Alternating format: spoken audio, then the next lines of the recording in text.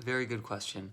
I would say that the one thing that I would recommend for any artist, any young musician wanting to enter the touring space, if you're looking to tour with a pop artist, which I'm assuming that's what you're asking about, um, find an artist that is super talented that is not successful yet.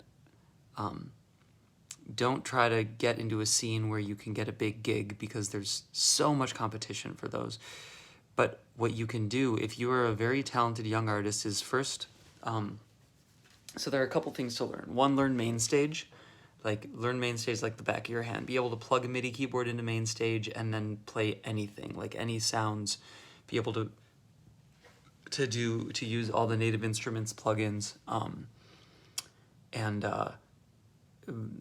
break up the. I might even do a. I was considering doing a course on this because this is all for the Halsey project. All I used was main stage and Native Instruments plugins essentially. So until that course exists, you'll have to figure it out on your own. But learn the Native Instruments plugins and how they relate to main stage, and then like separating out keyboards as they plug into the system, and then use that to support other artists and support as many really talented young artists as you can, and be as giving and generous as you possibly can with your talent and your time when you're very young. The best thing you can do is form relationships with people and help other people succeed, because that's how you build your own career. When I started working with Halsey, she she was not really known yet. Our first show was to 80 people, and she fainted on stage, and I carried her off the stage. We weren't even sure if we would tour after that. Obviously, it became what it became. So, yeah, that's what I would say. Find somebody who's super talented and not known yet, and help them out.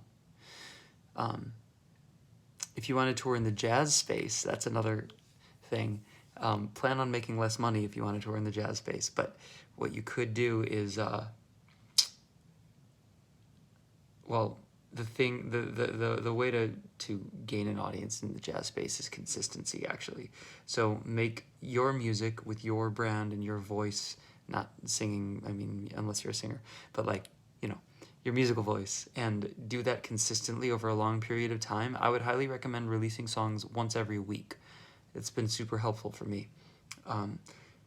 That's you'll be bumped up in the Spotify algorithms, and get on a small independent record label if you can. But even if you can't, just release it independently, and release consistently. Make your mailing list. That's another very valuable asset that you can have. And as you gradually gain your audience, once you have like 100,000 monthly listeners on Spotify, you'll be able to get some nice gigs, and you can gain that by being consistent with your output over the course of a few years. As long as your music's good, music's got to be really good. But this is assuming your music is good. Okay, yeah, I hope that helps.